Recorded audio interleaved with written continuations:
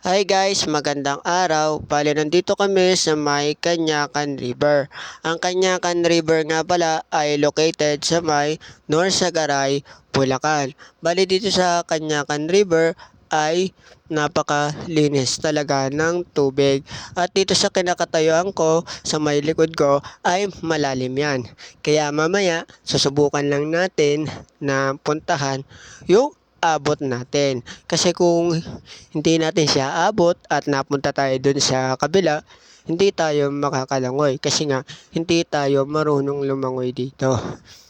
At saka nga pala bukod sa ilog ay meron ding videoke. Hindi ko nga lang pala nakunan yung videoke dahil nga nasa ilog tayo.